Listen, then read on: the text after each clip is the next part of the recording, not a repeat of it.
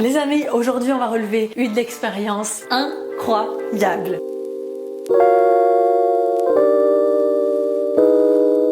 En fait, j'ai demandé à Henri de filmer cette intro et de me poser des questions. C'est quoi ton plat préféré? La raclette. Si tu devais choisir entre avoir 10 oies qui sont là avec toute ta vie derrière toi, ou bien avoir des bras de 3 mètres. Des bras de 3 mètres. Plutôt anal ou oral? Quoi? Tu m'as dit de te poser des questions. Ok, où est-ce qu'on va? Donc là, on est à Québec, dans la ville de Québec. On est arrivé hier soir. On a passé la nuit à Québec parce que ce matin, on va aller passer une journée avec Denisi. Je suis trop contente de faire cette vidéo. Déjà, ça fait un moment qu'on n'a pas fait une vidéo une journée avec. La dernière, c'était avec Marion Caméléon. Je vous mettrai le lien de cette vidéo dans la barre d'infos si vous l'avez pas vue encore. Donc bien sûr, comme ça fait un mois qu'on est au Canada, il fallait que je fasse cette vidéo au moins avec un youtubeur, une youtubeuse canadien ou canadienne. Et mon choix s'est tourné vers Denisi parce que vous l'avez déjà vu sur la chaîne. Et humainement, c'est vraiment une personne avec qui ça a matché. On a fait notre soirée d'Halloween ensemble et là, on va passer une journée avec elle dans son environnement de travail. Mais on va passer 2-3 petits jours au chalet demain et après-demain, ça va être très très cool. Et tu penses qu'elle travaille comment, Denisi, toi? Et je pense que c'est quelqu'un qui est très organisé, qui est très dans la préparation de tous ces tournages. Il faut quand même savoir qu'à chaque fois qu'elle fait un tournage de vidéo, ça demande des semaines de préparation. Pour ça, je le sais parce que je vois comment on a travaillé ensemble une fois pour faire une vidéo il y a 2 ans. Elle a vraiment une vision de YouTube qui est complètement différente parce qu'en fait, il me semble que c'est pas du tout son premier métier. Genre, c'est pas sa première profession à la base. Et du coup, elle se sert de son ancienne expérience professionnelle dans YouTube et ça se ressent en fait. C'est hyper intéressant. Bref, on est coincé, comme vous pouvez le constater, dans les embouteillages de Québec. On se retrouve dans quelques minutes quand on sera arrivé chez Delphine.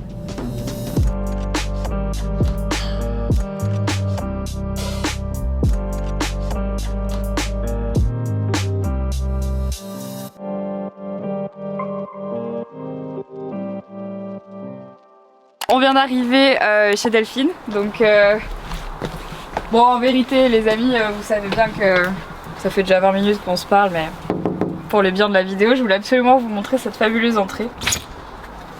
Salut! J'adore cette intro en fait, genre on arrive mais il y a déjà Jelly dans la maison, ça c'est génial. Ça fait vraiment l'intro un peu claquée comme ça. Coulisses. Comment ça va? Bienvenue chez moi, ça va super et toi? Très bien, je suis très contente que tu m'accueilles. Oui, tu vas ça pouvoir fait nous plaisir. faire un petit room tour. Un room tour. Non, un room tour ça fait trop youtubeuse des années 2014. Ouais, puis room tour, c'est comme si je vivais dans un 10 mètres carrés, mais non, c'est quand même un peu plus grand. On va faire un house tour. Ouais. Alors faut savoir que Delphine elle vit clairement dans la maison que genre on a tous vu dans les séries, hein, que tout le monde voudrait avoir. C'est une petite maison, enfin une grande maison comme ça, avec plein de lumière, avec plein de escaliers en moquette, le truc que tout le monde rêverait d'avoir quoi. Le seul truc que personne ne rêve d'avoir, c'est d'avoir de la neige 6 mois par année. Ça, voilà, mais on peut pas. C'est ça. Donc voici mon salon. L'endroit où quand je rentre dans la maison, en fait c'est l'endroit où je passe le plus de temps clairement. Sur le canapé. Direct. Parce qu'en fait, tu t'assois puis genre t'es direct en face de la télé, tu vois. Et là j'ai quand même une prise qui vient juste ici où je peux brancher mon ordinateur et donc je peux faire vraiment la grosse folle directement, la dobasse. Je me mets mon ordi direct sur les jambes, je regarde la télé en même temps puis je travaille comme ça, voilà. Mon rêve. En vrai je peux pas juger parce que je fais pareil quand je suis à la maison. Là c'est tout l'appareil de mes chats, putain, on dirait que j'ai 75 chats, de ma chatte. Ah oui, Il y a alors, 100. si vous savez. Putain, ouais, ça me fait trop rire. Donc Denisi a une chatte, comme beaucoup de personnes, mais elle en a une et son Instagram c'est la chatte à Denisi. Ouais. La chatte de Denisi. Et en ce moment, elle a besoin de prendre l'air, donc je pense qu'elle a été, qu'elle est sortie un petit peu dans le jardin. Elle a vu Jelly arriver, elle s'est dit. Elle s'est dit merde, là, on vient direct sur mon terrain. J'ai la chatte, elle est pas adéquate là aujourd'hui. Donc, voilà. Donc là, on a ma cuisine avec une table qui sert genre zéro de table, mais qui sert plus de comptoir et de meubles que de table. Là, on a tout le matériel de tournage qu'on va avoir parce que cet après-midi, on a un tournage. C'est Guillaume qui a préparé tout le stock et donc il va falloir que je revérifie parce que... D'accord, il n'y a pas de confiance en fait. C'est genre Guillaume a préparé, mais toi tu fais la double vérification parce qu'on c'est la triple vérification parce que Guillaume il prépare tout à la dernière minute et donc ben des fois il pense à tout mais des fois pas. Donc au final il faut quand même que je valide certains trucs parce que là tu vois là je suis en train d'angoisser j'angoissais. Il fallait prendre s'il te plaît une ardoise. Le mec il a pris mon tableau genre de réflexion d'entreprise quoi, tu vois. T'es quand même la seule youtubeuse qui a un tableau de réflexion d'entreprise. C'est exactement ce que je vous disais dans l'intro. Je disais en fait Delphine, mais on en parlera pendant l'interview tout à l'heure. T'as vraiment une vision très entreprise de la chaîne YouTube, parce que de par ton précédent métier. Ouais. Et alors qu'en fait nous, moi j'ai l'impression que je suis pas du tout comme ça, mais ça me manque des fois. Tu vois, j'aimerais bien avoir un peu plus de rigueur et juste essayer de comprendre un peu plus l'envers du décor, mais ça ne me viendrait pas à l'idée d'avoir ce type de tableau. C'est pas mal, c'est pas mal. Mais alors ça on l'a pondu avec Guillaume, ça me permet moi de pouvoir structurer les idées et de trouver la logique et d'essayer de me dire où est-ce que je m'en vais quoi. Récemment j'ai embauché quelqu'un pour bosser avec moi, donc il y a eu plusieurs personnes qui ont bossé avec moi. Là c'est quelqu'un qui est à temps plein à Québec, on verra tout à l'heure. Et en fait c'était beaucoup plus facile pour moi d'abord de structurer le truc pour être capable de dire à Sandra tous les projets sur lesquels elle va devoir travailler genre. Ouais, pour qu'elle puisse savoir, parce que toi tu l'as dans ta tête, on l'a tous dans notre tête, mais c'est pas facile d'expliquer à quelqu'un la vision que t'as de tout ce que tu fais. Exact. Tu lui as fait un petit PowerPoint, t'étais comme ça. Alors, je t'explique, Sandra, voilà ce qu'on va faire. Donc voilà mon cerveau. C'était quasiment ça que tu l'as dit. Ouais, quasiment. Mais Voilà mon cerveau. Sauf que j'avais zéro PowerPoint, j'ai tout fait genre à l'arrache parce que j'ai pas eu le temps de rien préparer pour son arrivée. Donc la pauvre pendant 8 heures je lui ai parlé, elle est sortie de là, elle s'est dit mais what the fuck, genre où est-ce que je suis tombée t'sais. En attendant, vu qu'on est dans l'espace supposé être convivial de la maison, je vous laisse admirer les restants de Monsieur Guillaume qui est derrière la caméra. Qu'est-ce qui s'est passé? On ne sait pas. C'était quoi? C'était censé être quoi à la base? Bah Guillaume cuisine, tout simplement. Avant de venir, j'ai envoyé un message à Delphine et je lui dis écoute, pas besoin de te préparer, je veux te voir comme t'es, comme chez McDo, tu vois. Donc je me suis dit écoute, Guillaume allait passer genre une éponge pour enlever ses dégâts. Je lui ai dit mais mon mec, laisse tout comme ça. La vraie vie, la vraie vie. Ça c'est la réalité, c'est la raison pour laquelle on se sépare aussi, c'est parce que genre la cuisinière était toujours dégueulasse, ok? Donc Guillaume, t'as compris, prochaine meuf que tu rencontres, genre tu nettoies la cuisinière, hein, s'il te plaît, hein, parce que là... Non mais parce que, en gros, ce qu'il faut savoir aussi, c'est que dans cette maison, vous y avez vécu 2 ans? 3 ans. 3 ans. Ouais. Et là, vous déménagez. Là, on déménage. Là, la maison est vendue officiellement. On déménage. Peut-être qu'au moment où cette vidéo va sortir, on sera déjà déménagé. J'espère parce que ça fait 7 mois qu'on cohabite encore ensemble. Alors c'est très cool parce que genre on s'entend méga bien avec Guillaume, on bosse ensemble etc. Mais c'est juste que genre tu sais le mec il va avoir des dates, il peut pas les ramener à la maison parce que je suis là. Et qu'au final tu sais c'est sûr que genre à un moment donné ça devient un peu compliqué quoi. Mais moi ça m'intrigue. Comment tu fais pour rester amie et coloc avec ton ex? Et alors, surtout en plus vous êtes amis, coloc et partenaire de travail. Ouais, effectivement. Mais alors ça c'est le truc que beaucoup de gens me posent comme question. Et surtout dans les commentaires sur YouTube, il y a personne qui comprend parce qu'ils me disent mais genre t'es revenu avec Guillaume? Bon, la réalité c'est que Guillaume et moi on est restés 7 ans ensemble. On s'est connus quand même assez jeunes. Enfin j'ai 2 ans de plus, je suis une cougar. Donc j'ai 2 ans de plus que lui. Et au final on s'est connus quand même assez jeunes. On a habité ensemble très rapidement. Et c'est ce qui fait en sorte que à un moment donné, moi je me suis aperçue que la routine qu'on avait, ça me convenait pas. Donc on s'est séparés une première fois en 2017 et c'est la même année où j'ai ouvert ma chaîne YouTube, où je suis partie à mon compte en tant que freelance en création de site internet pour assurer quand même des revenus parce que YouTube ça payait pas du tout à l'époque, surtout quand je démarrais quoi. Et donc au final toute cette année je me suis vraiment remise en question. Ça s'était très mal passé notre séparation parce que première rupture aussi pour Guillaume, donc ça faisait en sorte que c'était très compliqué aussi pour lui. Moi je comprends, je lui avais dit va voir d'autres personnes, sors, moi je suis pas du genre à être méga jalouse et surtout je me dis quand on aime quelqu'un, on l'aime pour qui il est et pas pour le garder pour soi. Moi c'est un peu mon leitmotiv et finalement lui a fait sa life, il est parti en voyage, moi j'ai fait ma life etc. Et nos chemins se sont recroisés parce qu'on travaillait toujours dans la même entreprise, on s'est rencontrés au niveau du travail avec lui. Et vu que nos chemins se sont recroisés, je me suis dit c'est le meilleur scénario parce que Guillaume je te connais autant dans les meilleurs que dans les pires moments étant donné que notre séparation s'est super mal passée. Là je te connais, j'ai l'impression de te connaître à 100%. Et en fait quand on a repris et quand on s'est remis ensemble, je lui avais dit c'est génial parce que si on vient à se reséparer, je saurai vraiment à 100% comment tu vas réagir et donc on saura peut-être l'anticiper. Oh putain. C'est ce qui fait en sorte que là on s'est séparés cette année. Je pense qu'on s'est aperçu les deux qu'il y avait juste plus d'amour quand on n'était plus amoureux. On tient énormément à l'autre personne mais tu sais au niveau amoureux on était peut-être plus sur la même longueur d'onde.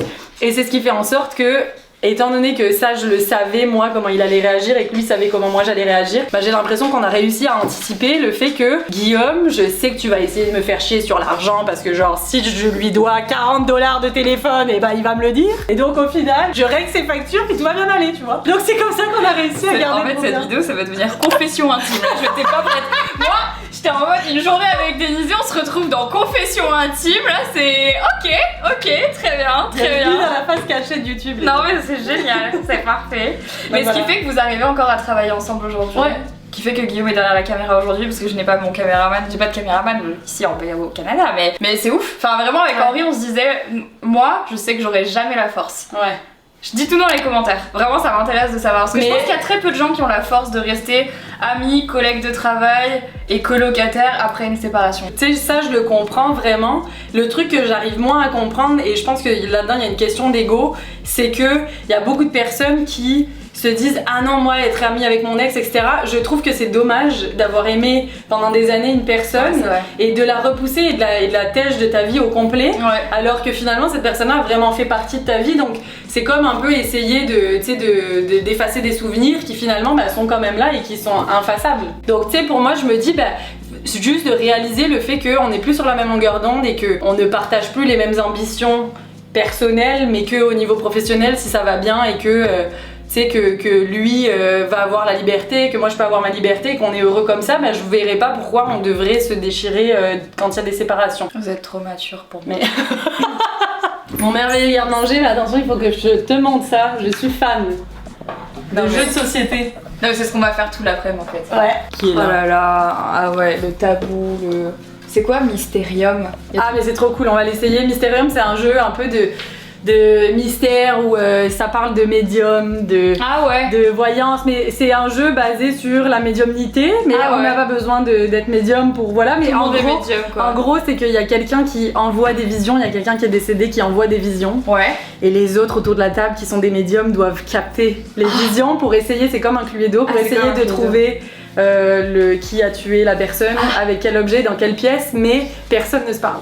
Oh là là. Donc, Ah au final, ouais. c'est très intéressant. Ça va être très sympa. J'ai plein de jeux de escape game, c'est ma passion les escape games. Mais faut qu'on en fasse, hein. Ah, mais Je t'aimes ça? t'ai déjà dit que moi j'étais invivable en escape game. Ah non, mais moi je suis invivable Tu peux- aussi. Non, mais parce que faire un escape game avec moi c'est du suicide, hein, je préfère le dire. Parce que tu gueules et genre t'es hyper. Mais oui, mais moi aussi, évidemment. Évidemment, moi là. Moi j'ai failli me séparer avec Henri à cause de ça. Et moi aussi. Genre vraiment, c'était les plus grosses disputes. C'est parce qu'à chaque fois, genre, je pétais les plombs parce que personne comprenait ce que je voulais faire dans les Exact. escape games. Je disais, mais vous comprenez rien. C'était horrible. Est-ce que Henri te disait, ouais, mais c'est parce que tu communiques mal, genre? En gros, elle crie. Et elle fait rien pour avancer dans l'histoire de l'escape game, elle crie juste. Donc ça n'a pas de but. Mais ben, on va bien s'entendre. Ouais, on va en faire toutes les deux. C'est ça, oh putain. On joue pareil au escape game. C'est pareil. Ouais, on joue Trop pareil. bien, on va essayer ça là, direct, on va essayer. On reste coincé, on va jamais sortir. La buanderie, la salle de lavage, avec nos petites culottes intimes. Voilà. Voilà, on peut passer sur cette étape. Hop, voilà. Donc ici il y a ma chambre avec mes valises parce que je vis dans des valises. Je comprends. Et au final, ben, c'est des valises avec du linge qui doit être lavé. Et là les secrets vraiment de YouTube. Je vous montre, j'ai un gros dressing, un très Mais grand ça dressing. passe. Ah oui, ça passe, mais genre. Ça c'est le linge qu'il faut être lavé aussi. Non, mais attends, genre vraiment ça fait vraiment pile poil la taille de l'ouverture Oui. du. Ouais. C'est quoi cette robe rose là? C'était une rose que j'avais pour mon clip Diva. Ah, ça y est, je C'était vois. une robe de Barbie. Mais où tu fais faire ces robes? Genre tu les Je achètes les ou- prends sur internet. Celle-là, trouves j'ai trouvé sur sur Internet Fashion Nova, ouais. Ah ouais. Qui a des trucs hyper, genre hyper fous sur Fashion Nova, c'est des trucs hyper excentriques et tout, j'adore. Et là c'est la partie clean parce que c'était donc pour faire c'était pour faire les photos pour vendre votre maison. c'est ça? Exactement, pour faire les photos, on a dû ranger toute la maison. Là, j'ai mis genre la plante qui n'a jamais été là parce que c'était mon panier de linge sale qu'il y avait là. Ah oui, d'accord. Et finalement, j'ai gardé ça comme ça, genre vite fait parce qu'elle s'est vendue il y a pas très longtemps. Et donc, bah, là, ça reste là. Là, c'est le côté très Dédé, là, très Delphine Ouais. ici. Après, faut dire en même temps que toi, t'es toujours entre la France et Ouais. le Québec, donc Ouais. automatiquement, t'es toujours dans tes valises. Ouais. Et c'est pour ça que je voyais sur les réseaux que bientôt, tu voulais peut-être avoir aussi peut-être un pied-à-terre à Paris Exact. et avoir en fait faire un peu 6 mois ou... Oui, bah en fait, je le fais déjà le 6 mois par année, c'est pas consécutif. Donc, exemple, je pars 2 mois en France, je reviens 1 mois ici, je repars 1 mois, je reviens 2-3 mois, etc. Et j'adore ça, moi, c'était la vie que je voulais à la base. Et tu sais, je voyage, oui, là, entre la France et le Québec, mais aussi beaucoup ailleurs. J'essaye le plus possible d'aller découvrir le monde. Et finalement, ben, je suis beaucoup dans mes valises et en faisant des allers-retours comme ça avec Paris, ce que je me suis aperçue, c'est que je ramène toujours les mêmes conneries. C'est-à-dire que je suis toujours genre, on va le voir, mais j'ai ma trousse de toilette, tous mes produits sont dans ma trousse de toilette et finalement, bah, à chaque fois, je la transporte. Je rachète des gels douche là-bas, je rachète genre des maquillants là-bas, c'est des trucs que je prends pas dans l'avion. Et au final, je me retrouve avec des trucs en double et d'avoir un pied-à-terre à Paris me permettrait de laisser genre des culottes, des vêtements, des affaires là-bas et de voyager plus léger. C'est ça qui est ça. Donc juste ici on a mon bureau dans lequel je travaillais, dans lequel je bossais et maintenant je travaille dans un bureau à l'extérieur parce que Sandra a rejoint l'équipe. Donc avec Guillaume on travaille tous les 3 dans un bureau, un espace un peu coworking où il y a d'autres personnes et tout. Donc ça c'est cool. Donc au final c'est plus vraiment mon bureau mais il y a encore mes affaires de tournage. Ça c'était les moodboards pour Electric Sugar, pour la marque de vêtements qu'on a lancée l'année dernière, qui est en stand-by là parce qu'on est en train d'embaucher des gens pour nous aider là-dessus. Et là c'est mon antre de tous mes costumes, tous les vêtements de Electric Sugar ici, des costumes, des perruques, un tacos. C'est des déguisements de tournage quoi. La fille rêvée. Tu veux que je mette ça en vrai ou pas? mais vraiment, genre où tu trouves des trucs comme ça quoi? Ça sur Amazon. J'adore ça. Amazon, j'ai des trucs. Alors là, j'ai le chapeau, je m'étais fait passer pour Lady Gaga. Et ça, c'est le chapeau que j'avais acheté pour me transformer en Lady Gaga. Ah ouais. Son chapeau Joanne en fait. Ah ouais, ok. Ça, c'est le truc le plus fou que j'ai acheté, dans lequel je suis rentrée. Genre, j'en aurais dit un rôti de bœuf à l'intérieur. Mais. Pourquoi tu t'as acheté ça? Bah écoute, je voulais faire une photo un peu sexy pour Instagram. Ah, mais je crois que je l'ai vue cette photo. Mais oui. Mais finalement c'est le genre de truc, je mets une fois, je mets plus et il faut que j'en retrouve une utilité quoi. Mais écoute, tout le monde m'a comparé à Théo la saucisse là, non comment ça s'appelle? Ah Théo Lavabo. Ouais c'est ça. Je suis ton grand chipolate. Ouais, c'est ça. Moi je connaissais même pas ce gars, quand tout le monde me taguait Théo, je me disais what the fuck. Finalement je me suis aperçue que j'avais la même combinaison. Ouais là c'est... Donc voilà. Ma salle de bain dans laquelle j'ai tourné la plupart, en fait beaucoup de vidéos de préparation parce que la lumière était belle. Et donc au final je tournais directement là devant la fenêtre et il y a bain douche, donc ça c'est format vraiment canadien là avec le bain, la douche. Abonne-toi wesh. C'est fait pour mes vidéos. J'adore. Vu que j'en tournais beaucoup sur les toilettes de vidéos, j'avais beaucoup de plans sur les toilettes. Je me disais c'est cool parce que genre c'était des petits détails qui faisaient en sorte que gimmicks. C'est ça cool. Que les gens pouvaient mettre sur pause, observer des trucs dans le décor parce que j'aime genre insérer des petites surprises dans le décor. Et je sais pas d'ailleurs si vous avez vu ça. C'est quoi? C'est ma balance. Oh. Mon pèse-personne que ma mère m'a ramené de France quand même. Mais non. Dans les valises. Ah, voilà, avec 2 petits pieds. Aïe aïe aïe. Je la trouve super. Elle est très mignonne. Et finalement, il nous reste l'étage du bas. Finalement, l'étage où tu passes le plus de temps. Ouais. Ou est-ce que là où tu passes le plus de temps, c'est sur ton canapé? Là où je passe le plus de temps, c'est dans le bureau, je te dirais. Quand même, pour faire les montages les week-ends et tout. Dans le sous-sol, non, je passe pas le plus de temps là, mais c'est sur YouTube, c'est là où je passe le plus de temps sur YouTube. Donc là, mon décor.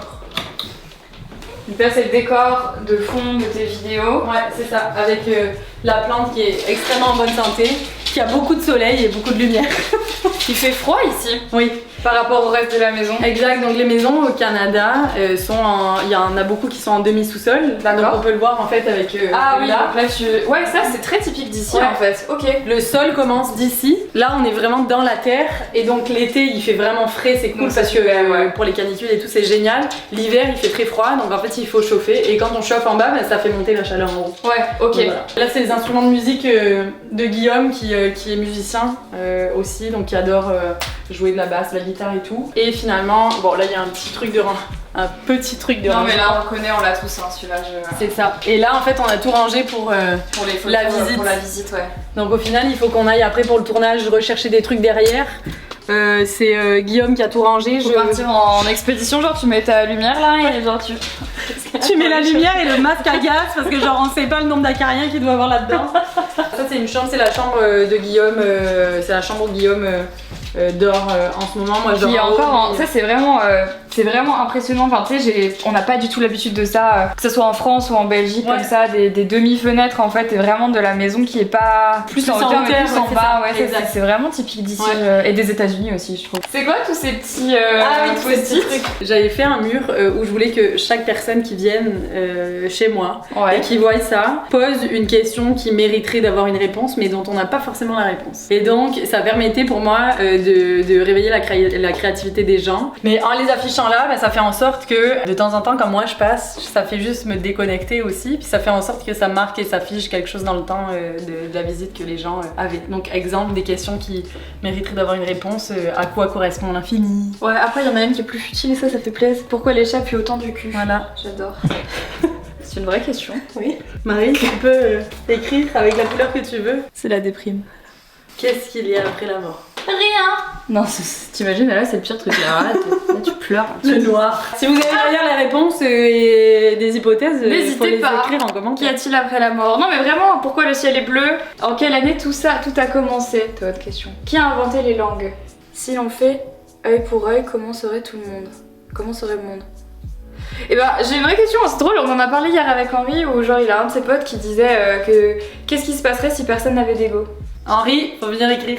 Donc là c'est une petite salle. Là c'est une petite salle d'eau. Ouais, y a pas de. Attends, Y a pas de allumer. douche? Non, y a pas de douche dans celle-là, c'est vraiment une. Ah, on pourrait croire que ça, tu sais, c'est Une genre- toilette, ouais, alors au début moi je pensais que c'était ça, et alors attention, secret. Ah, y a un truc derrière, genre pour de vrai? Mais t'es sérieuse?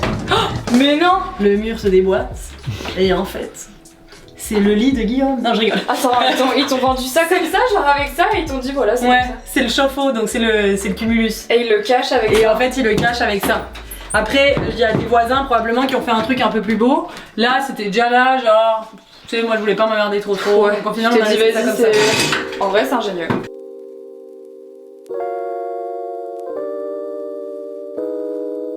Là, quelle heure il est? Il est genre, c'est la Il matinée. est 11h. 11h. Il faut faire un vœu. C'est bon. C'est bon, ça y est. En fait, ce qui va se passer, c'est que donc on va partir parce que là, c'est non seulement on fait les vidéos ensemble, mais on va passer un petit week-end dans un chalet. Ouais, typiquement québécois d'ailleurs. Typiquement québécois. On va faire Ça des va être feux trop et bien. tout, ça va être très cool. J'ai trop hâte. Mais du coup, montre-nous un petit peu parce que l'idée c'est de passer aussi une journée avec toi quand tu travailles. Je sais que tu vois, par exemple, ça fait un moment déjà que t'as prévu les vidéos qu'on allait tourner ensemble. Et il y a quand même un long moment entre la recherche de tes vidéos, la préparation du tournage. Enfin, en fait. Pour moi, les vidéos que tu fais, ça s'apparente beaucoup à des fit and fun, mais c'est les vidéos qui demandent le plus de préparation en fait. Comment tu trouves les idées, comment tu te prépares, tu vois, parce que là on va tourner une vidéo cet après-midi, que vous verrez, on vous mettra le lien de la vidéo dans la barre d'infos. Mais genre, comment ça te vient à l'idée, comment tu te prépares? Pour les idées, j'ai comme une liste sur mon téléphone d'idées. Je pense que j'ai 700 idées de vidéos qui sont en stand-by. Ah ouais. Dès que des fois j'ai des idées dans la douche, donc je sors, tu sais, je note directement sur mon téléphone, je note des idées tout le temps. Tout le temps de vidéos. Et après vient le moment de s'asseoir devant l'ordinateur et se dire parfait, on fait quoi ce mois-ci? Donc j'essaye d'avoir des idées de vidéos pour les 4 prochaines semaines. C'est très compliqué. T'en sors une par semaine? Une par semaine. Ok. Cet Après, été, oui. j'ai dû prendre un petit peu de vacances pour la première fois. Ça faisait 4 ans que je m'étais pas déconnectée. Et au final, là, il y a des projets qui prennent un petit peu plus de temps. Donc des fois, là, en ce moment, je saute une semaine. Mais pour moi, là, je culpabilise de ouf si jamais j'ai pas de vidéo en ligne. Et j'ai pas d'avance. Zéro. Ouais, c'est vraiment toujours À la dernière minute. à la dernière minute. Ouais. Et là, donc Sandra qui bosse avec nous maintenant fait en sorte qu'on ait un peu plus d'avance. Donc là, on tourne aujourd'hui ensemble et au lundi, il y a une autre vidéo. Ouais. C'est la première fois de ma vie où genre on tourne autant de vidéos en si peu de temps parce que j'ai tourné il y a 2 jours aussi. Ok. Et là, putain, là c'est productif, mon gars, laisse tomber. Donc au final, j'ai jamais d'avance. J'ai mes idées de vidéos. Après, avec l'équipe, on s'assoit et là, je leur dis parfait, j'ai ces idées de vidéos. Et là, on essaye de réfléchir à qu'est-ce qu'on va faire dans la vidéo, comment on le fait. Et après, il y a toute la phase de planification et de logistique. Là, on est dans la phase logistique, mais logistique qui est déjà faite. On est plus dans la phase réalisation quasiment. Ouais. C'est-à-dire Ok. que toute la phase de logistique a été faite. toute la liste des courses a été faite, la liste du matériel qui doit être acheté a été fait. Donc au final, Guillaume s'est déplacé ce matin pour aller acheter les courses et donc tout ce qu'on avait besoin pour le tournage. Là, donc quelques heures avant le tournage, on fait le packing. Le paquet, ouais, on met tout ensemble pour tout ce qu'on a besoin, autant au niveau des caméras, du matériel qu'au niveau des trucs dont on va avoir besoin. Exactement, des fournitures. Ouais. Moi, dans ma voiture, j'ai été acheter des trucs de déco parce que ça va être une vidéo spéciale Noël qui va sortir en décembre. Et qu'est-ce que tu fais de tout? Parce que tu vois, genre là, t'as acheté genre un verre doseur. Ouais. Après, si t'as acheté des décos Noël, tu t'en resserres ou pas? Genre. Très bonne question. Dans les placards, il y a beaucoup de stock. La plupart des trucs, je les donne. Il y a comme des organismes ici qui permettent de pouvoir emmener ces objets qu'on achète, puis en fait on les donne tout simplement, et eux reversent à des organismes, enfin à des gens qui n'ont pas de nourriture par exemple, ou qui ont besoin d'avoir un toit sur la tête, etc. Donc la plupart j'en redonne. Il y en a beaucoup aussi que je réutilise, que je garde pour réutiliser. Par contre j'essaye d'accumuler le moins possible. Donc c'est à dire que, exemple, si jamais j'ai besoin de tablier pour un tournage de cuisine par exemple, ben en fait je vais le donner, ou genre je vais juste des fois le renvoyer si jamais c'est pas utilisé. Et sinon si j'ai un autre truc de cuisine, je rachète. Non. Ouais. Ah ouais. Pour pas accumuler, ouais. Parce que tu veux pas tout garder chez toi. Non. Et tu te dis pas, genre il y a des thématiques de vidéos qui reviennent souvent, donc tu sais que d'office tu vas avoir besoin, tu vas de les avoir, et donc te faire genre, tu te ferais pas genre un sac Ikea cuisine, un sac Ikea genre tel truc, tu vois? Mais si tu veux m'aider là-dessus, j'adorerais, Marie, vraiment. Ouais, je vais te faire un. Ok. J'aimerais vraiment. Mais je te ferai une liste, genre un starter pack. Ouais. Comme ça tu les auras. Mais c'est ouf. Ouais, vraiment. Allez. Et souvent aussi, il y a des trucs que je redonne aussi en concours sur Instagram. Ouais, j'ai vu que tu faisais donc ça. des fois, tu sais, je fais juste rouler les produits ça là. Va. Et souvent aussi, ça il faut que je le précise, c'est que souvent j'achète des trucs déjà utilisés. C'est-à-dire que je vais dans les friperies, donc tu sais, j'achète pas toujours des trucs neufs. Genre, exemple, là il fallait un bol très précis. Et effectivement, je me dis que ça servira toujours à quelqu'un d'avoir ça. Donc là, on l'a acheté neuf. Par contre, la plupart du temps, on essaye d'aller dans les friperies et de faire tourner des trucs pour pas faire de la surconsommation non plus, parce que sinon, oublie ça. Sinon, tu t'en sers plus, quoi. Exact. Ok. Donc là, le matériel est prêt. Il faut que je revalide.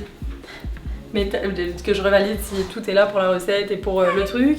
Une fois que tout est validé, je serai disponible de nouveau. Bah, on te laisse tout valider. C'est bon, je te laisse tout valider.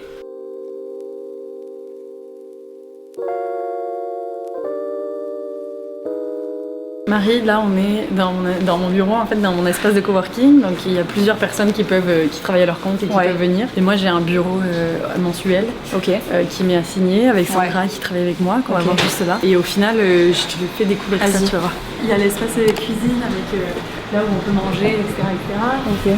Des frigos, donc c'est vraiment un peu à l'américaine. C'est Sandra qui me disait ça, qu'en France c'est plus des flexible office. Ouais, c'est ça.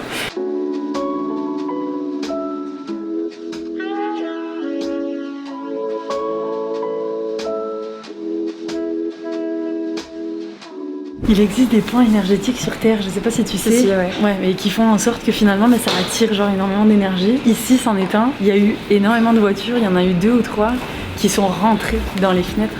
Accident. Mais quand t'étais déjà là ou... Non, j'étais pas là. Mais là j'ai peur, à chaque fois que je suis là, je travaille, je suis en stress, je me dis putain, est-ce qu'il y a un camion qui va rentrer directement, défoncer mon écran quoi. Mais non. Mais c'est... Pourquoi tu travailles ici? Il y a Sandra qui travaille. Et il y a mon bureau juste à côté. Et il faut que je vous montre l'écran quand même. Je pense que Marie, t'en as un comme ça d'ailleurs, l'écran. J'ai un curvé. J'ai un incurvé, mais j'en ai un qui fait genre... Ah oui, c'est ça. Ça, j'ai le G9, donc il ressemble à ça. Ok. Dessus, tu peux diviser en 3 écrans. Voilà. J'ai un problème, Parce que moi, j'ai pris le format un peu plus petit. Mais au final, voilà, donc ça c'est mon bureau. Ça c'est le bureau de Sandra qui travaille assidûment. Mais là en fait on vient la récupérer pour aller. Ouais, c'est ça. Après on va aller manger direct. On te kidnappe en fait, Sandra. C'est trop bien. Attends, il y a un truc qu'il faut que je te montre avant de faire un jour. Ok, on va faire un truc de mémoire. Il va y avoir des carrés de ce côté, des carrés de ce côté, ok. Il faudrait que tu retiennes les couleurs, que tu mémorises où sont les couleurs et que tu trouves les paires. Ok. C'est prêt? Ouais. Et là mémorise, ok. Mémorise.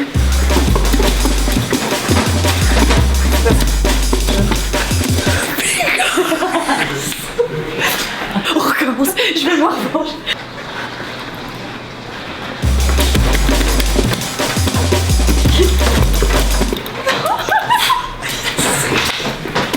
J'ai sauvé l'honneur de notre couple. Quand tu veux. 2, 3, mémoriser.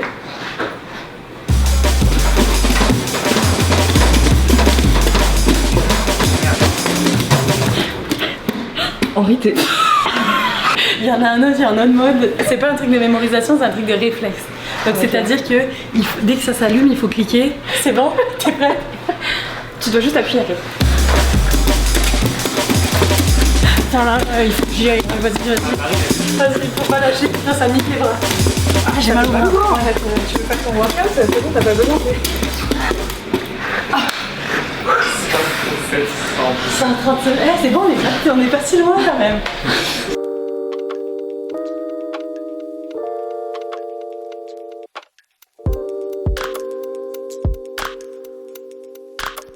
Marie, là on est dans un de mes restos préférés à Québec, qui est La Cuisine. C'est un endroit genre hyper vieux, hyper années 90, là genre il y a Xbox, il y a les vieilles boîtes de conserve, genre de trucs qui sont périmés probablement à l'heure actuelle.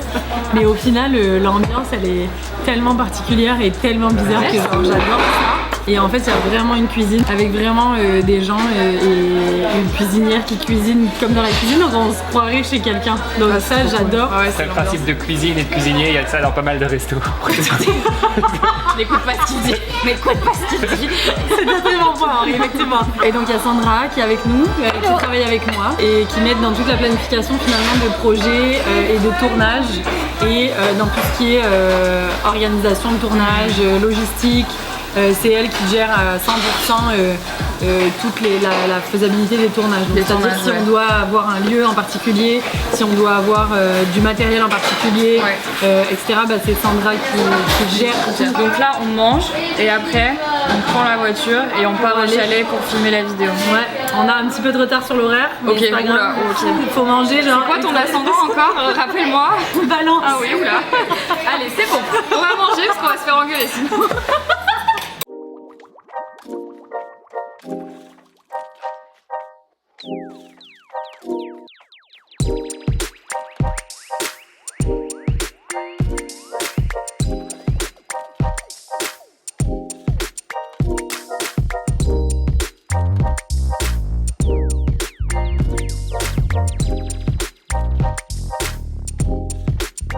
Ok, donc ça fait 40 minutes qu'on roule, enfin 45 minutes.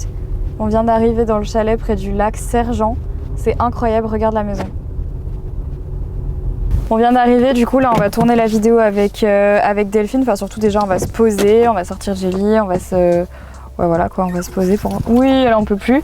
C'est parti pour la suite de cette journée avec Denisi. Ah attends. C'est parti. Donc là on vient d'arriver au chalet et donc là tout le monde s'affaire à préparer le tournage. Donc là on a la bouffe, vu que c'est une vidéo, un défi cuisine, ben, y a plein de bouffe. Donc on range le tout, on va nettoyer le comptoir et après en fait l'idée c'est que vu que c'est une thématique de Noël, j'ai pris des petites décorations qu'on va essayer genre de mettre pour faire un décor. Et ça c'est pour les équipes, voilà, pour se régaler. Henri s'est jeté dessus en 4 secondes, il s'est dit vas-y. Est-ce que c'est le genre à Henri, genre d'en prendre un et de laisser le truc là? Ouais. Henri quoi, voilà, ça. On va peut-être déjà tout débarrasser là-dedans et après on ressortira comme ça, on fera une belle intro. Je mets tout là? Ouais. Je disais ce matin qu'il fallait que je revérifie tout ce que Guillaume fait. Et qu'est-ce que t'as oublié? Ben, il a pas pris les bons ingrédients. Quoi? Guillaume, quand il y a écrit prendre du fondant, c'est pas de la crème fouettée? Non? Non. Tu peux mettre un peu de farine dedans, ça va déprécier. Ça va être délicieux. Là déjà c'est sûr que la recette est loupée, mais c'est pas grave. Non, c'est quoi la recette? Non mais alors, mais c'est toi qui vas nous dire comment rattraper ça, ma belle Maria. C'est pas moi qui ai gagné le meilleur pâtissier, écoute, hein, ici. Donc bon. C'est le moment où je sauve la situation. D'accord. Il faudrait du scotch, mais alors là c'est sûr qu'ils ont jamais laissé du scotch. Et si on la faisait tenir avec la guirlande? Genre on passait la guirlande autour et qu'on coince la guirlande en haut. Ouais, ou regarde. Attends, ça là. Truc de tournage, il faut faire preuve de créativité parce que quand on n'a pas assez de trucs, ben voilà. Tu vas la coucher avec ça? Ben, en fait, si on coince ça dans la truc, ouais, tu sais, ça va que... Hop, là ça passe, hein. Ouais. Alors, si tu passes comme ça, et tu fais genre juste comme ça. ça va, je pense, quasi pas se voir. Il y a moyen pour réussir si tu fais ça. Donc après, tu l'accroches genre là-dedans. C'est fini, regarde. Hop, et là tu tires encore. Voilà. Et là, genre, tu l'accroches là. Voilà. Ah, mais c'est parfait ça! T'as vu quoi? Wouhou! Yes! Les queens du DIY. Ah, c'est vrai. Mais ça marche en vrai.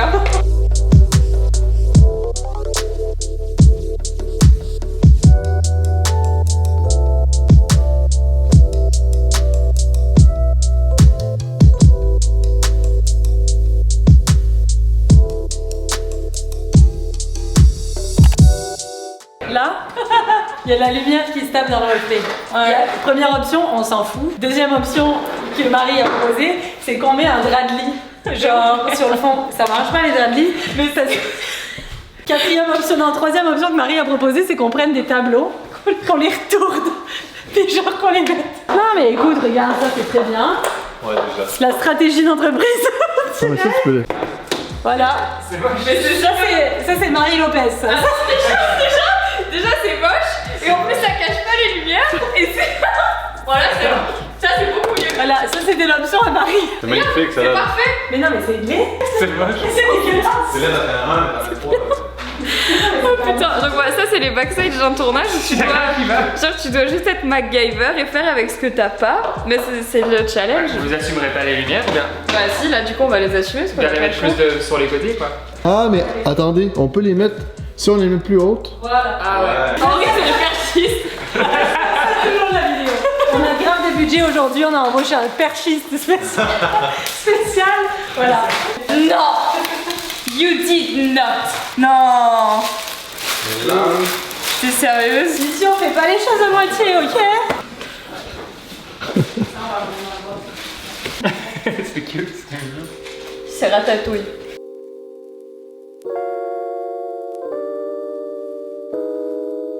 Bon, on se retrouve.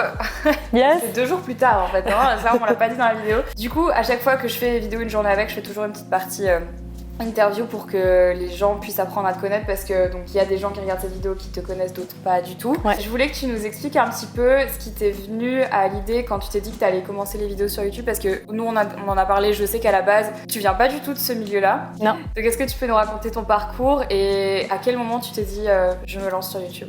Moi, j'ai fait des études d'abord dans la mode. J'ai pas trop aimé mon expérience, mais ça a été hyper formateur. Après, je voulais trouver un métier dans lequel je pouvais travailler n'importe où dans le monde. Et je me suis dit, bon, le domaine du web, créer des sites internet, etc., c'est quand même en expansion. Donc, j'ai fait une formation pour apprendre à concevoir des sites internet. Donc, au niveau du design et au niveau de la programmation, ça m'a permis de pouvoir faire un stage à l'étranger. Je suis arrivée au Québec. Finalement, j'ai travaillé dans le web et 4 ans plus tard, je me suis aperçue que j'aimais plus finalement le quotidien que j'avais. Crise des 25 ans, je sais pas si t'en es passé par là. J'y suis encore, hein. Mais je l'ai eu.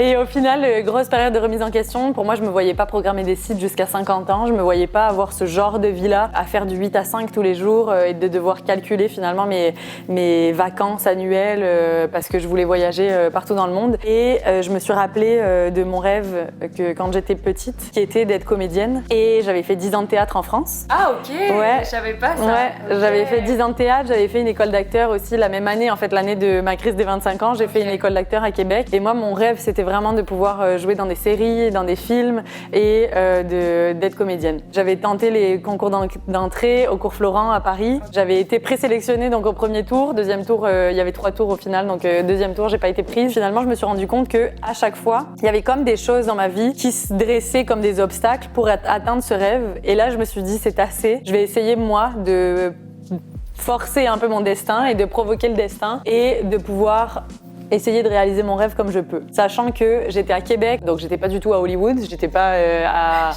ni à Paris ni à Los Angeles pour pouvoir faire une carrière de comédienne. Ouais. Par contre, je suis tombée sur une vidéo de Casey Neistat qui m'a vraiment, qui m'a vraiment aidée à ce moment-là et qui disait do what you can't, donc fais ce que tu ne peux pas faire. Et donc en gros, le résumé, c'était que tant et aussi longtemps que tu as une idée, une connexion internet et une caméra ou un téléphone pour pouvoir naviguer sur internet, trouver des idées, etc. Dans notre société, c'est possible de pouvoir faire ce qu'on veut. On n'est plus vraiment comme à l'époque où on avait, genre on travaillait à la ferme, notre famille était fermière et qu'on restait là. Et donc je me suis dit, ben pourquoi pas tenter. J'ai pas osé parce qu'il y avait déjà Norman, Cyprien, Squeezie, Enjoy Phoenix qui étaient genre hyper, qui avaient des millions d'abonnés et moi j'avais 0 abonné chez moi en me disant mais pourquoi les gens me regarderaient. Finalement j'ai juste osé et j'en suis là maintenant 4 ans plus tard. Ah oui, parce qu'en fait ça fait que 4 ans quoi. Ouais. Putain, c'est ouf. Ouais, c'est drôle parce que du coup aussi une autre des questions que j'avais c'est nous en off on a aussi pas mal parlé de tout l'envers du décor de YouTube. Moi comme j'ai pas fait de formation en fait avant, tu vois, je me suis lancée à 16 ans donc j'ai pas eu tout le bac que tu peux avoir toi. Souvent en fait on s'est rendu compte avec Delphine qu'on n'avait pas du tout les mêmes techniques les mêmes méthodes en fait de travail sur YouTube. Ouais. Est-ce que tu peux nous expliquer toi plus la vision, j'irais pas jusqu'à dire business mais en tout cas t'as des vraies visions assez statistiques de YouTube et donc par exemple quand tu vas poster une vidéo toi tu vas prendre plein de paramètres en compte dans ton expérience qui sont pas forcément des paramètres que tout le monde prendrait en fait. Et en fait ce que je me suis aperçue en rencontrant des gens qui font ça depuis plus ou moins longtemps, ce qui m'a marqué c'est que quand, exemple comme toi ou comme d'autres personnes, on commence à faire des vidéos hyper jeunes et que, surtout vous étiez là au début de YouTube, tu sais, vous parliez de tout et de rien et que c'était vraiment comme un journal intime. Moi, j'ai pas commencé aussi jeune. En fait, je me suis dit, cette place-là est déjà prise.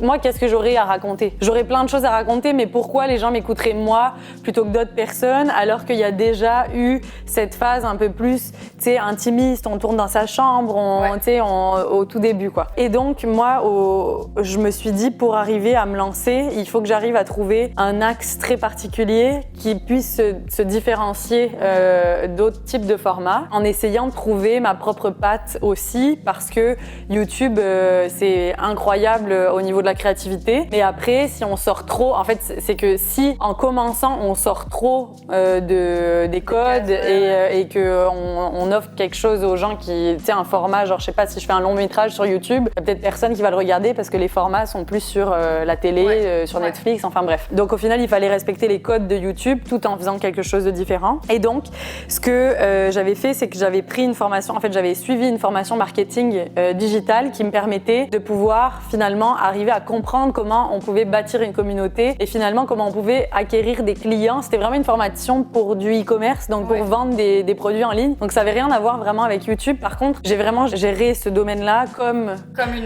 du marketing. C'est ça. Ouais. Je me suis dit, si l'objectif, mettons pour un site internet, c'est de vendre des produits à beaucoup de personnes sur internet, ben moi techniquement, il faut que je vende mes vidéos, même si c'est gratuit, il n'y a pas d'échange d'argent, mais il faut que je vende mes vidéos à des clients potentiels et donc à une audience potentielle qui pourrait me suivre et être fidélisée. Et donc je l'ai pensé vraiment comme ça depuis le début. C'est ce qui m'a emmené à choisir mes types de contenus en fonction de ce que les gens veulent voir et pas forcément en fonction de tous les sujets que moi j'aimerais parler. C'est-à-dire que des fois, si j'ai une opinion politique ou j'en sais rien, si j'ai une opinion sur un produit, sur je sais pas, quelque chose qui se passe, un sujet en particulier, je n'en parle jamais. C'est pas le créneau que je veux adopter. Et pour moi, je suis mon propre produit, on est tous notre propre produit. Mais pour moi, j'essaye d'offrir quelque chose de divertissant et qui va permettre aux gens de décrocher pendant quelques minutes. Et donc, j'ai fait le choix, moi, personnel, de ne jamais parler de choses personnelles, de mes convictions, de choses comme ça, donc de sujets plus personnels. C'est ce qui fait en sorte aussi que, ce que je m'aperçois maintenant, il faut aussi arriver, tu sais, il y a une couche d'arriver à fidéliser les gens aussi. Et ça, c'est ce que les premiers youtubeurs ont réussi à faire parce qu'il y a un côté très naturel. Ouais, en fait, je dirais que ton contenu est détaché de toi. Ouais. Mais est-ce que justement, c'est pas trop difficile, tu vois, parce que justement moi je sais que pendant un moment sur YouTube j'avais la sensation de devoir quelque chose aux gens qui me regardaient, donc en fait je produisais uniquement du contenu pour les gens et je faisais pas quelque chose qui me plaisait, je faisais quelque chose qui plaisait aux gens et en fait je me suis rendu compte que c'était trop compliqué pour moi de continuer dans cette dynamique, de faire des choses en fait qui me ressemblaient pas. T'as jamais à un moment l'envie de faire un truc qui te plaît vraiment à toi plutôt que simplement, entre guillemets simplement, parce que je sais qu'il y a un taf de malade derrière tes vidéos, mais tu vois, de faire les choses pour les gens? Mais en fait moi je fais exactement les vidéos qui me plaisent à moi. Ça te plaît à toi, Oui, ouais. j'essaye juste de les penser, puis dans le discours, puis d'écrire aussi mes scripts qui puissent en fait parler à beaucoup de personnes en même temps. Souvent, en fait, les axes que j'utilise pour penser à une vidéo, j'essaye toujours de penser à un sujet de société, à quelque chose qui pourrait être controversé ou non, et d'essayer de l'emmener sur le sujet en se disant bon bah on va réaliser une expérience. Moi, j'ai peut-être un avis sur l'expérience, mais je vais pas la partager parce que je vais laisser aux gens la possibilité, l'opportunité de se faire leur propre avis à travers moi qui ose par exemple Louer un chien, le faire. par exemple. Genre louer un chien parce qu'il existe des applications de location de chiens. On mettra cette vidéo dans la barre d'infos si vous l'avez pas vue du coup. Ou alors par exemple me faire passer pour quelqu'un, pour un sans-abri ou pour quelqu'un qui serait plutôt défavorisé versus quelqu'un qui serait plus aisé. Et je laisse les gens se faire une propre opinion à travers moi finalement qui incarne des rôles et des personnages. Tu dirais que tes vidéos sont des expériences sociales et des fit and fun? Oui. C'est plus comme ça que moi je vois ton contenu? Ouais, Okay. ouais. Pour moi, c'est vraiment effectivement énormément expérience sociale parce que j'essaye toujours de ramener ça à une piste de réflexion, à une question existentielle qu'on pourrait se poser ou pas. Des fois, il y a juste moi qui se pose des questions, puis finalement, voilà, je fais des sujets là-dessus. Mais après, l'objectif, effectivement, c'est d'avoir du plaisir et que les gens prennent du plaisir aussi à regarder ça. Donc, j'adore pouvoir collaborer aussi avec d'autres personnes, puis d'essayer de mélanger des univers pour, dans le but finalement de faire plaisir aux gens et de les faire sourire tout simplement. C'est vraiment ma mission, je pense, de vie là-dessus. Ouais. Enfin, en fait, c'est ce qu'on voit de toute façon quand on regarde tes vidéos. Je crois que t'as jamais fait une vidéo genre triste quoi. Ouais. Jamais, ça t'est jamais arrivé, je crois. Ou alors, j'en ai peut-être pas vu, mais. La vidéo qui était le plus personnel, en fait, j'avais fait une surprise à mon père en l'emmenant au Bhoutan. Et ça, c'était une vidéo vraiment plus à cœur ouvert où, en fait, je lui faisais la surprise. C'est pas les vidéos qui fonctionnent le plus en termes de statistiques, etc. Puis moi, je m'en fous parce que finalement, c'est des vidéos qui vont toucher, genre, très précisément les sentiments puis les gens. Et j'adore faire ce genre de vidéos. J'en ferai pas toutes les semaines parce que c'est énormément de travail. C'est très personnel. Enfin, oui, c'est ça. Tu donnes quand même une partie de toi. Exact. Et t'as pas envie. Mais tu vois, j'aime bien un peu mixer entre. Bon, bah, des fois, je vais raconter des belles histoires et de l'autre, tu sais, l'autre fois, je vais me déguiser en Barbie, genre. Donc, ouais. Rien à voir.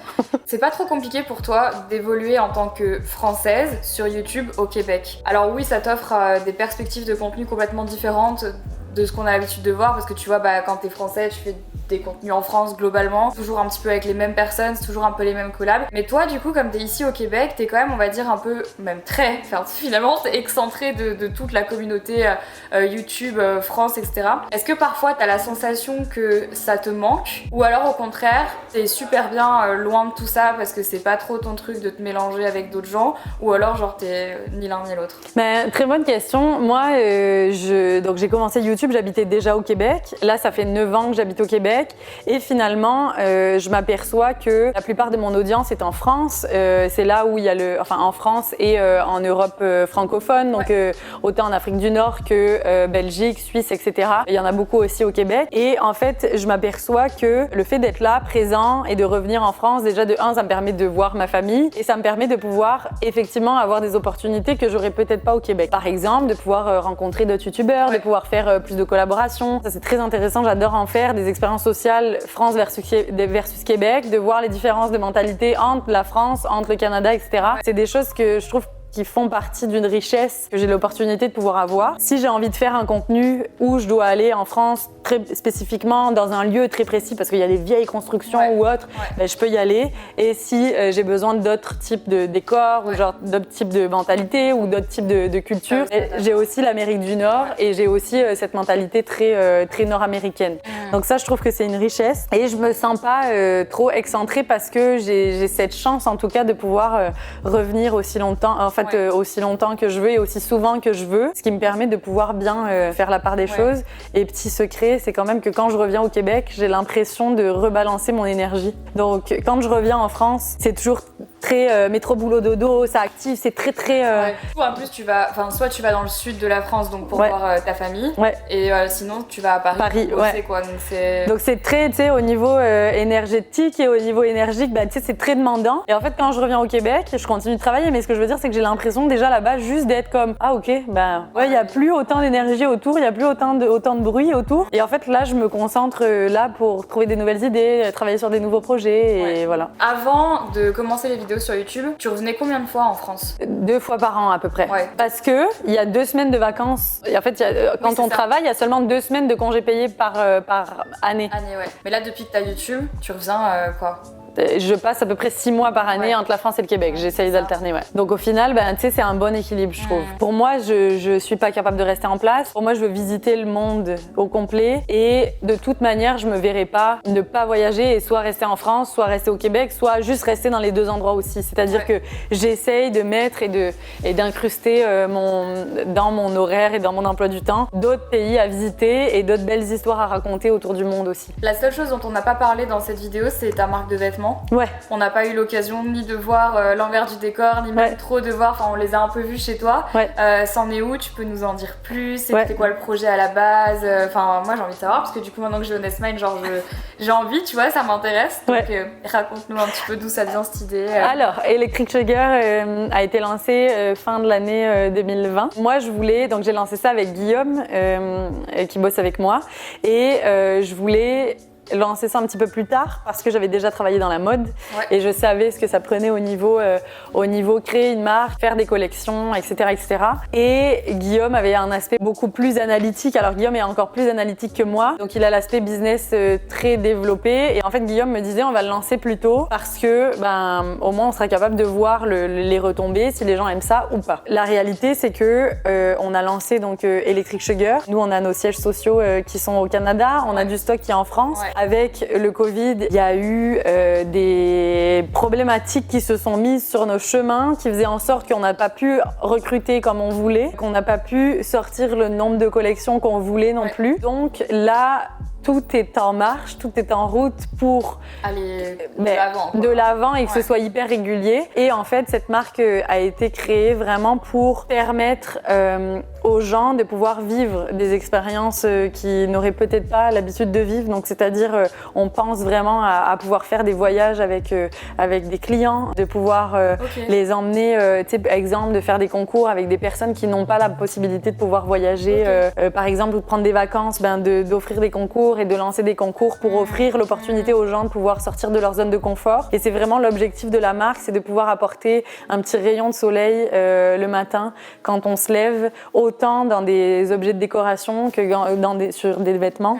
Et on a développé nos produits à 100%, on les a fait fabriquer par une super équipe, une super usine en Pologne qui sont hyper éco-responsables, etc. Moi, c'était une de mes envies de pouvoir faire attention à la planète et en plus, je voulais pas aller dans tout ce qui est pollution, production textile qui puisse genre abîmer la planète. Donc au final, on a fait les choses bien au niveau éthique, au niveau des collections. Et là, les prochaines collections arrivent au cours de l'année prochaine avec plusieurs collections par année et à finalement lancer des produits, donc comme je disais, autant décoration que vêtements qui vont permettre aux gens de se créer leur propre univers et de leur donner un petit coup de boost tous les jours qu'ils n'ont pas.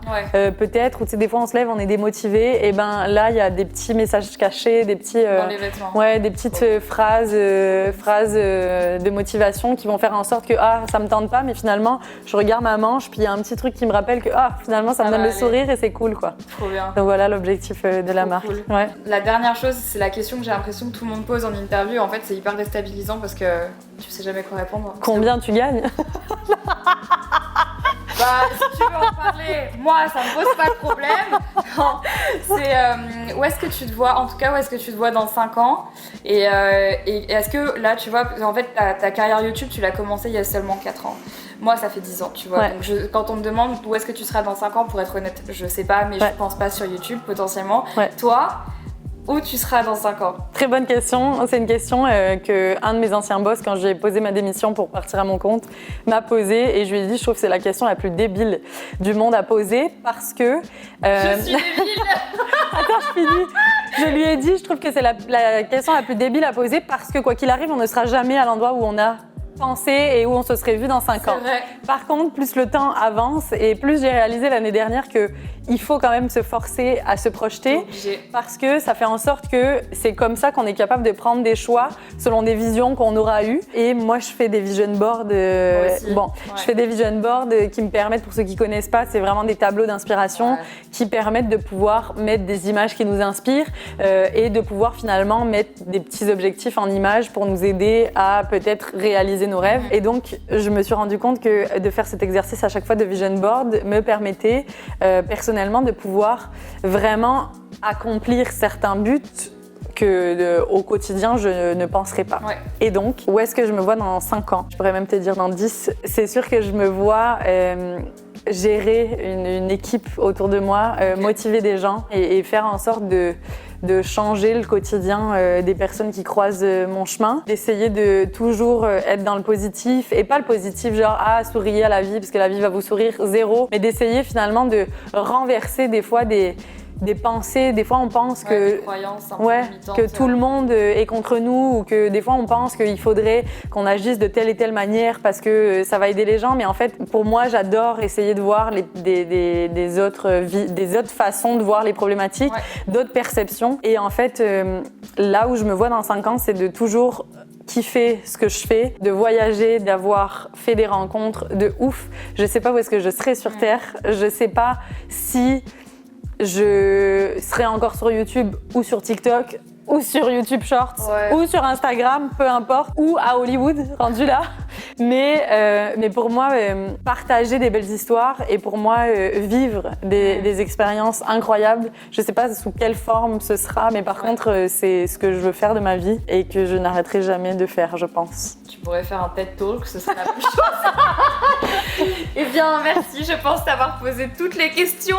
Si jamais vous avez d'autres questions pour Delphine, alors soit vous allez lui poser directement sur ses réseaux, mais sinon, n'hésitez pas à les poser dans les commentaires. Merci de m'avoir accueilli dans cette journée avec toi.